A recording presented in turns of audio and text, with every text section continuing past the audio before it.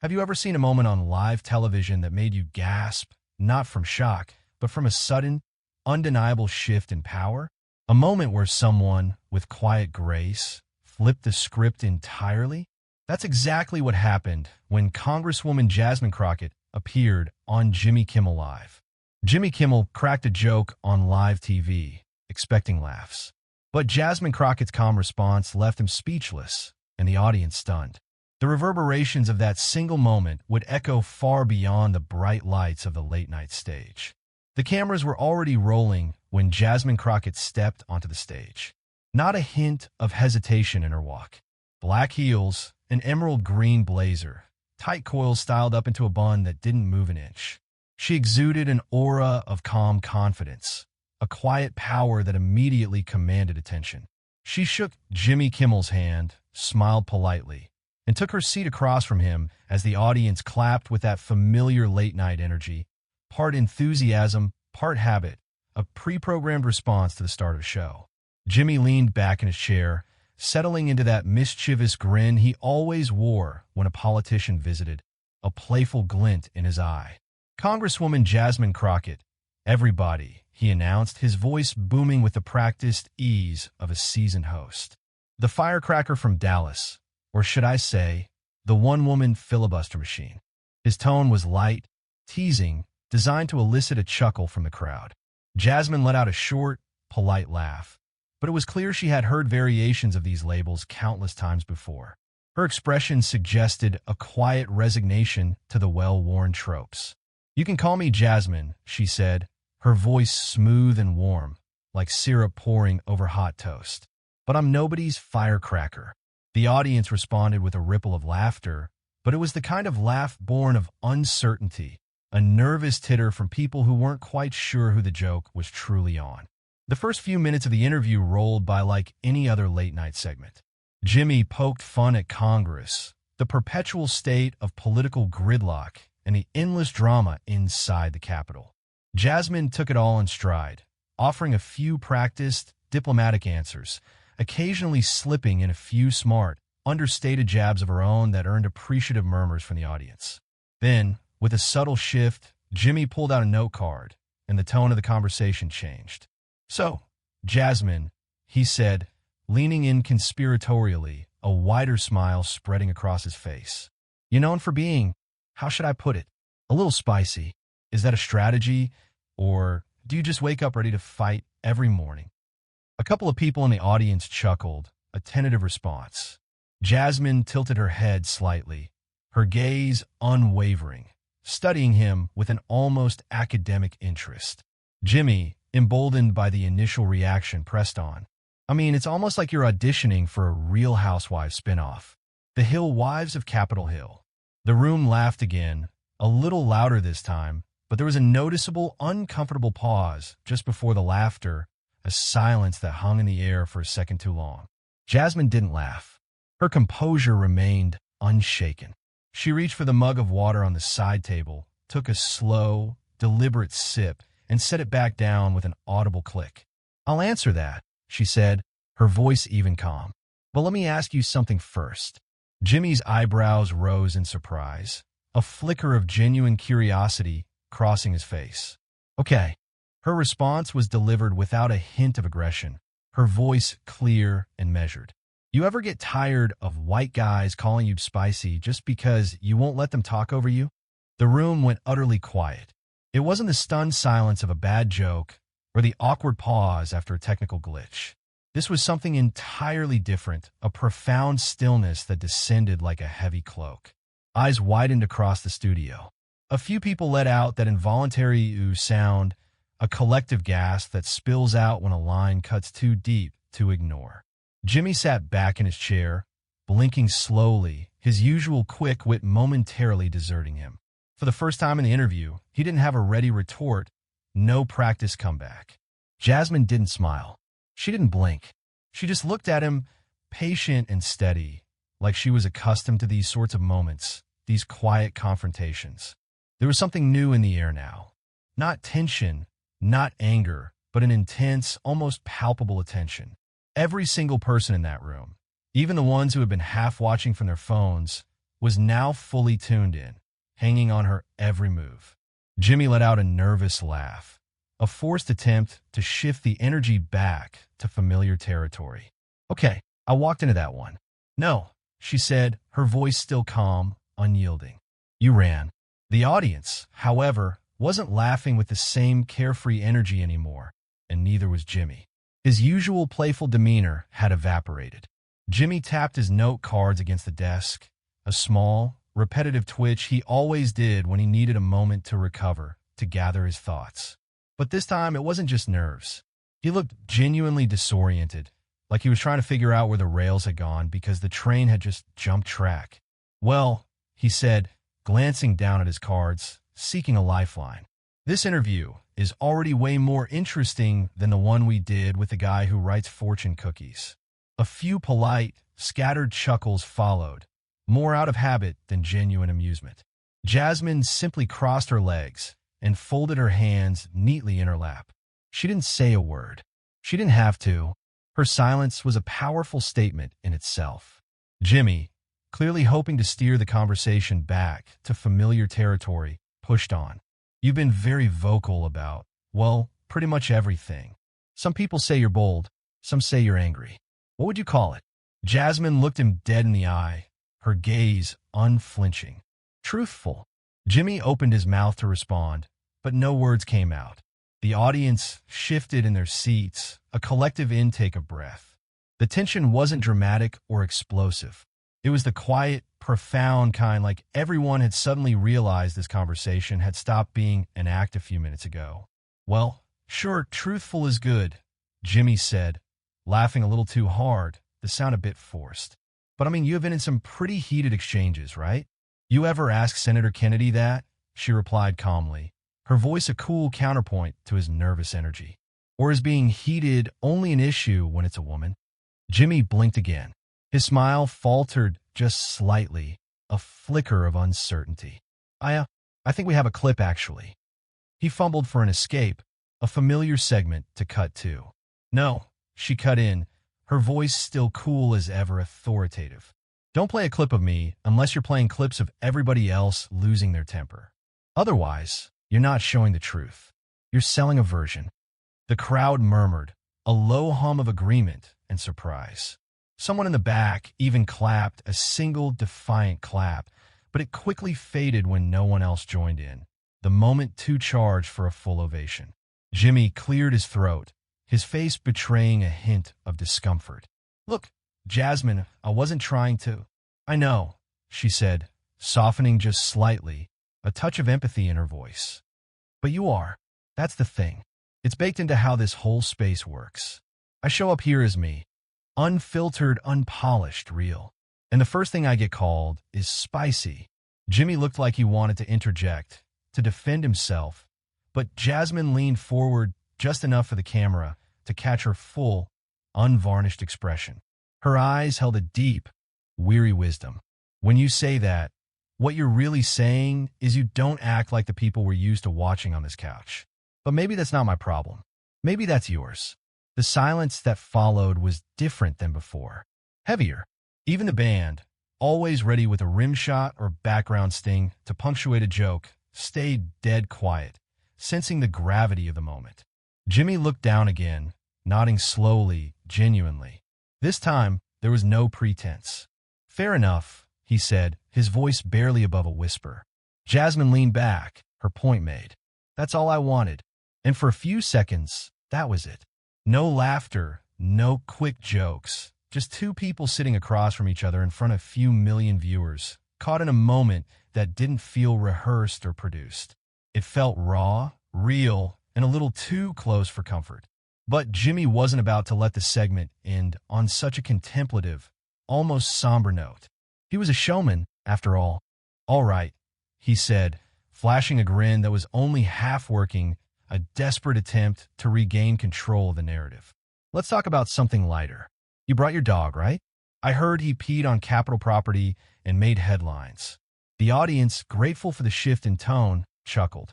The tension cracked just a little, a collective exhale. Jasmine gave a small smirk, a hint of genuine amusement. He has better instincts than some of my colleagues. I got a real laugh. Not forced, not polite, but the kind people let out when they're truly grateful for a moment to breathe again, to release the pin-up emotion. But even though the tone had shifted, the moment hadn't entirely passed. Something fundamental had changed in the room, and everyone could feel it. The cameras kept rolling, but the atmosphere hadn't quite reset to its usual late-night joviality. Jimmy leaned heavily on humor to steer things back, but his rhythm was off, his timing a beat behind. You could tell he knew it, too. Jasmine, on the other hand, looked completely steady, as if she'd been in this very chair countless times before, even if she hadn't. "So," Jimmy said, shuffling the next card in his hand, a clear sign he was moving on to prepared questions. "We talked about politics. You checked me a few times. I think I'm still recovering, but let's talk about your future. Congresswoman today, but what about tomorrow? Senate, White House, Netflix special." That last bit was clearly meant to be a joke, a light-hearted jab. It landed awkwardly, a bit flat. Jasmine chuckled, but there was something sharp, almost knowing, behind her smile. "Funny thing about the future," she said, her eyes twinkling. "Everyone thinks they know yours better than you do." Jimmy paused, sensing a deeper meaning. "Meaning? I mean, every time I step into a space like this, somebody tries to write my story for me before I've even finished a sentence.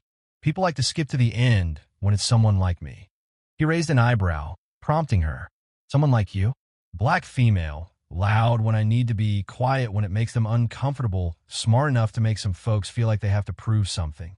Her words were precise, each one landing with deliberate weight. A hush settled over the audience again. Not forced, just natural. Like they were trying to follow something that didn't come with a laugh track, something that required genuine thought and reflection. Jimmy tried again, attempting to frame it within his comedic comfort zone. "You've had a few viral moments already. That exchange with the Oversight Committee, the press conference where you shut down that reporter from Dallas. I guess what I'm wondering is, do you want to be seen this way? As someone who claps back?" Jasmine leaned in, finally ready to deliver her conclusive point. "Jimmy, when you grow up being told to be twice as good and still get talked about like you're twice as difficult, you learn to pick your words. So if I give you one sentence that makes it past the noise, believe me, it's not about being viral. It's about being heard." That sentence hung in the air like a gavel strike, a resounding declaration. You could see Jimmy's eyes widen just slightly, not in offense, but in recognition, like someone who just got told something they thought they understood, but didn't truly grasp until this very moment. The audience didn't clap immediately. They didn't have to. Everyone was watching her, transfixed. And it wasn't just admiration. It was something deeper. It was respect. "I'm not trying to be anybody's meme," she added, her voice resonating with sincerity. "But if one sentence can make people stop and think, even for a second, then maybe I said what needed to be said." Jimmy didn't answer right away. He turned his note card face down on the desk, a gesture of concession. "Well," he said, his voice lower now, stripped of its usual bravado. "You said it." There was a beat of profound silence. Then someone in the back, perhaps one of the camera guys, clapped once, a lone, decisive sound. A few others tentatively joined in. Then, like a match catching fire, the applause swelled, building in intensity. Not a full standing ovation. Not yet, but it was enough to profoundly shift the room, to acknowledge the weight of what had just transpired. Jimmy turned to the camera, breaking format, his expression a mix of awe and introspection. "We'll be right back," he said, looking a little more thoughtful, a little more humbled than he had 10 minutes earlier. The screen faded to commercial, leaving the audience to ponder the unexpected depth of the moment. Behind the scenes, no one moved for a few seconds. The crew whispered amongst themselves, their usual bustling energy replaced by a hushed reverence. A producer waved someone over with a headset, their face a mixture of excitement and disbelief. A young staffer, eyes wide, murmured into their headset, "We're trending already." Jimmy stood near the monitor, watching the playback, his gaze fixed on the moment she asked him, "You ever get tired of white guys calling you spicy?" He turned to the executive producer, his voice quiet, tinged with uncertainty. You think I went too far? The producer didn't answer right away, taking a moment to choose their words carefully.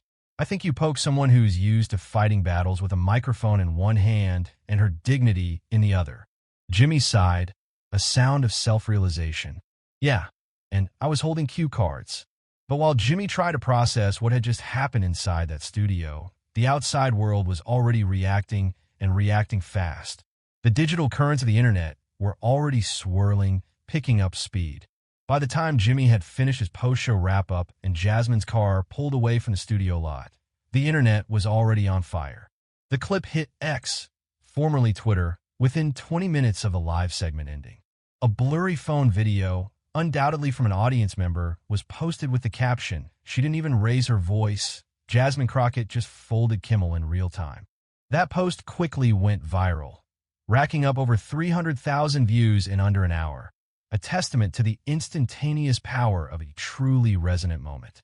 Then came the TikToks, endless edits with dramatic background music, side-by-side reactions, showcasing viewers' stunned faces, and countless analysis videos. A user named @PoliticoBaddie posted a clip with the caption, "I've watched this 12 times.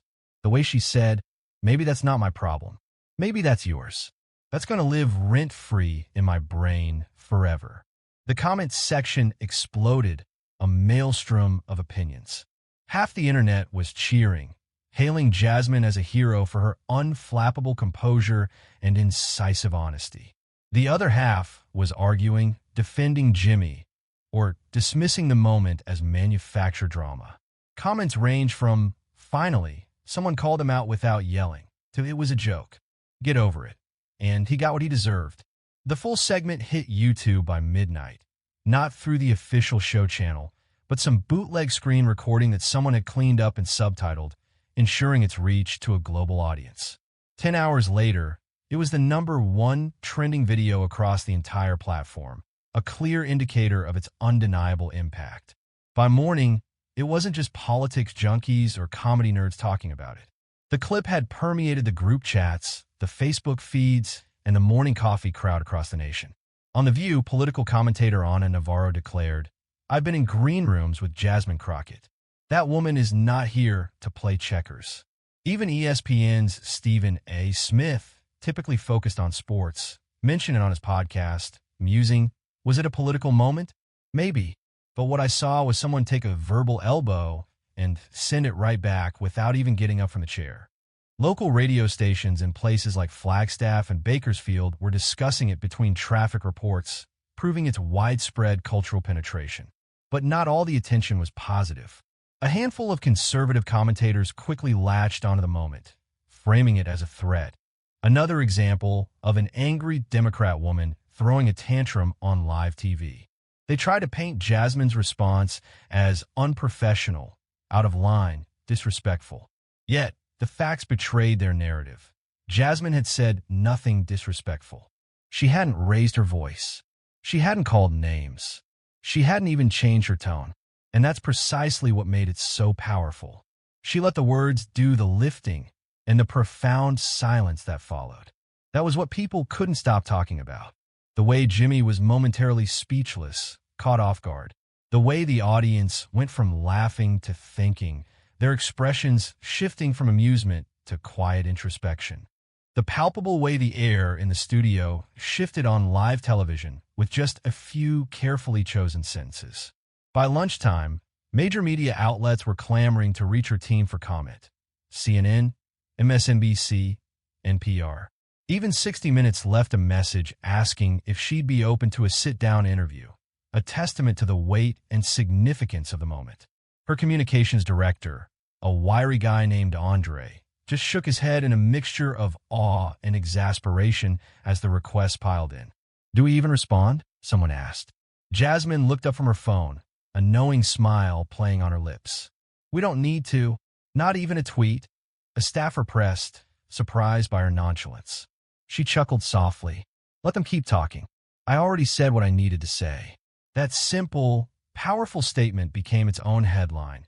Jasmine Crockett responds to viral interview. "I already said what I needed to say." Support poured in from corners of the internet that rarely agreed on anything, a rare moment of bipartisan appreciation. Young activists praised her clarity and unapologetic stance.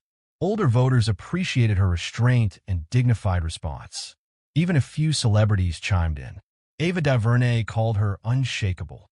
Kerry Washington reposted the clip with a single, impactful word: respect. Jimmy Kimmel's camp eventually released a quiet statement through a spokesperson. It wasn't an apology, but it wasn't a defense either. Just a few lines saying he appreciated Jasmine's candor and believed in honest, tough conversations. Some people called it weak, a non-committal response, while others called it enough, a subtle acknowledgement of the moment's significance. But while the internet buzzed and dissected the moment from every conceivable angle, the deeper story was still waiting to be told. The one about why that sentence mattered so much in the first place, why it resonated so profoundly with millions. Before the memes and headlines, before late-night applause and awkward laughter, there was a girl in East Dallas sitting at the back of a classroom, her hand always raised, perhaps a little too often for the teacher's liking. Jasmine Crockett was that kid, the one who always had a question the teacher didn't want to answer. The one who, with an innocent but piercing curiosity, questioned why the school library had outdated books or why nobody ever taught them about people who looked like her. She was the one who got labeled difficult for daring to ask why. Her mom worked nights as a nurse at Methodist Dallas Medical Center, a tireless dedication to their family. Her dad ran a small auto shop that never seemed to close, a constant presence of hard work and perseverance. They didn't have much in terms of material wealth, but they had enough for Jasmine to feel safe, to feel seen, to feel loved. What they often lacked was time, the luxury of long, drawn-out explanations. So, Jasmine learned how to stand her ground early, to articulate her thoughts with clarity and conviction. She wasn't loud, at least not at first, but she was precise. If you try to put her in a neat little box, she'd ask who built it and why it only had space for one kind of voice, one limited perspective. In college at Prairie View A&M, she majored in political science, immersing herself in the complexities of governance and societal structures. To support herself, she picked up a second job on the campus help desk, navigating technical issues with the same methodical approach she applied to her studies. She spent her weekends not at parties, but in debate halls, often going against opponents with more inherited money, more polished presentations, and more established connections. But she possessed an internal fire, not the kind that burned out fast in a flamboyant display, but the kind that sat low and steady, always glowing, always present, never begging to be noticed. It was a quiet, enduring heat. Law school further sharpened her edges, honing her analytical skills and her ability to dissect complex arguments. Working in public defense exposed her to the kind of raw, systemic injustice that rarely came with hashtags or headlines, the kind that played out in forgotten courtrooms every single day. She sat across from others begging for help, their pleas falling on deaf ears in courtrooms that didn't even pretend to listen, where justice often felt like a cruel illusion. She wrote motions late into the night, the only sound the low hum of her fridge in a cramped one-bedroom apartment near Duncanville, fueled by an unshakable conviction. Every time she opened her mouth in court, someone called her aggressive. Every time she raised a pertinent legal point, someone said she was too passionate. Every time she stood up for a client, someone warned her she'd go further if she just smiled more. She kept receipts, not just of the words themselves, but of how they made her feel, how every label, every dismissive comment tried to shrink her, to flatten her into something that could be easily dismissed, easily controlled. So when Jimmy Kimmel, on a brightly lit stage in Hollywood, casually called her spicy, it wasn't about that one isolated moment. It was about a lifetime of coded language, of subtle diminishment. It was about hearing the same dismissive tone in different mouths, in different contexts, across countless years. It was about the years she spent learning how to say, with unwavering conviction, no, not this time. And that's why her sentence, maybe that's not my problem, maybe that's yours, hit like it did. Because for so long, the burden was unfairly placed on people like her to adjust, to smooth things over, to understand the context of their own marginalization. But Jasmine had reached a point where she wasn't interested in adjusting. She was more interested in accuracy and grace, and in the profound truth that you can correct someone without humiliating them, without resorting to their own tactics. That's why the audience respected her so deeply. That's why the clip resonated with millions across the globe. It wasn't a gotcha moment designed to humiliate. It wasn't an outburst of unbridled rage. It was an astonishing display of control, the kind that's earned from years of watching others try to tell your story for you, of having your narrative dictated by external forces. And it reminded people, especially women of color, that you don't have to perform softness to deserve respect. You don't have to water down your words to make people comfortable. You can be clear, you can be calm, and you can still shift a room, a conversation, a national dialogue with a single, well-placed sentence. Andre, her comms guy, succinctly captured the essence of the moment in a text to a friend the night the clip blew up. She didn't come here to trend. She came here to remind people why they listen in the first place. And that's what truly stuck. Not the fleeting tension, not the transient jokes, not even the roaring applause. Just the undeniable truth of her words. But as the headlines started to quiet down, and the internet moved on to its next viral sensation, one final, poignant moment brought everything full circle.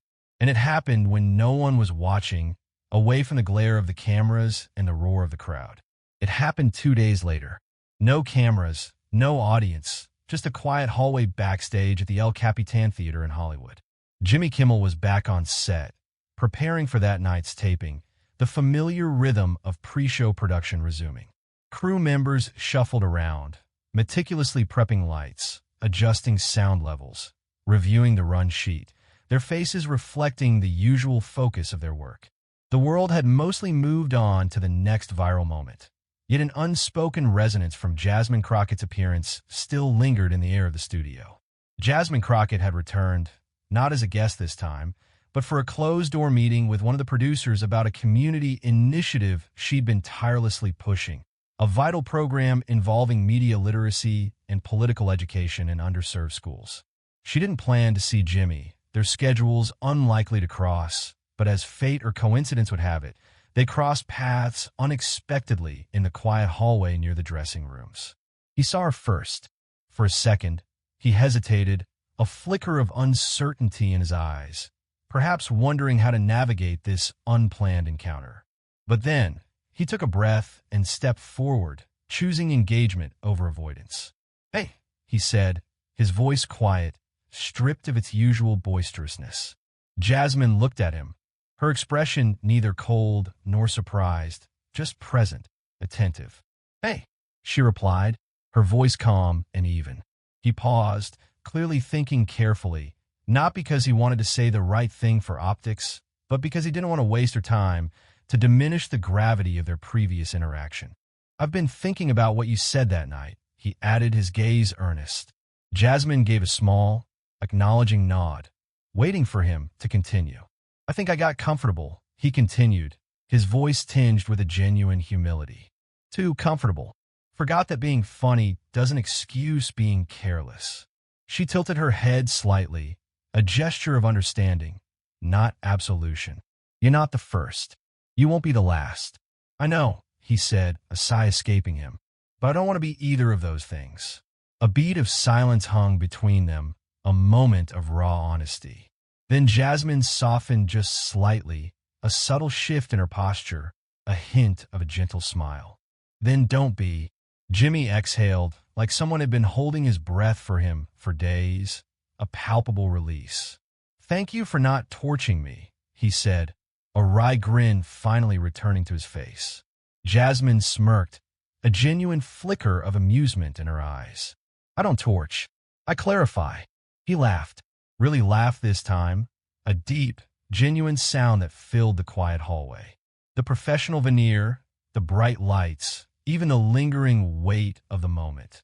They all felt lighter now, dissolved by this small, authentic exchange.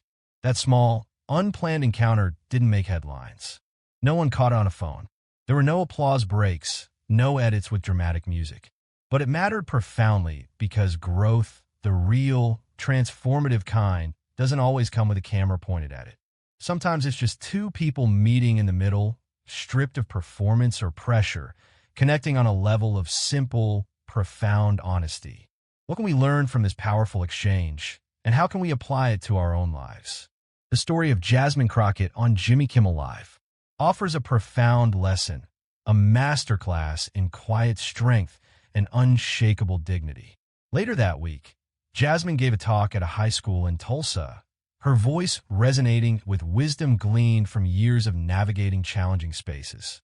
One student, emboldened by Jasmine's presence, raised her hand and asked, "How do you stay calm when people try to make you small?" Jasmine didn't hesitate, her answer clear and immediate. "You don't give them the power to define you," she said, her voice firm yet gentle. "And you remember, there's nothing louder than grace." That powerful line, simple yet profound, made it into a school newsletter. A teacher, moved by its truth, printed it out and pinned it to the classroom wall, a constant reminder for her students. And maybe that's the overarching lesson in all of this. Sometimes standing your ground doesn't look like shouting, like an aggressive confrontation designed to dominate. It looks like knowing exactly who you are when someone tries to reduce you to a soundbite, to dismiss your complexity. It looks like letting your words carry weight, not because you yell, but because you mean them, because they are rooted in truth and conviction. Jasmine didn't win an argument that night on Kimmel's show in the traditional sense. She didn't destroy anyone, nor was that her aim.